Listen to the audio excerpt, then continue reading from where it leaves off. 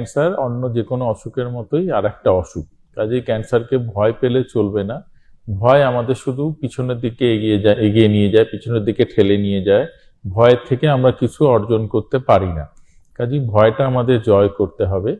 Cancer কি? Cancer হলো শরীরের কোনো একটা কোষ। আমরা জানি যে শরীরের প্রতিটি অঙ্গ কোষ দিয়ে তৈরি। এবার কোনো একটি কোষ বিভাজিত হয়, হয়ে একটা থেকে দুটো, দুটো থেকে চারটে এমনি করে বাড়ে।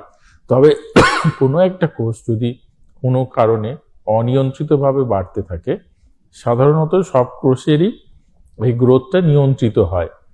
তো অনিয়ন্ত্রিত যদি হয়ে যায় তাহলে একটা মাংসপিণ্ড তৈরি হয়।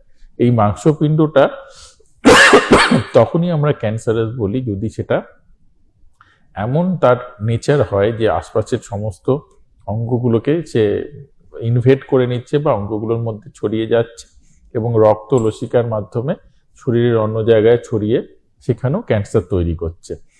তখনই আমরা তাকে ক্যান্সার বলবো। কেননা মাংসপিণ্ড বা টিউমার দু রকম হতে পারে, একটা নন ক্যান্সারাস বা বিনাইন, আর একটা হলো ক্যান্সার।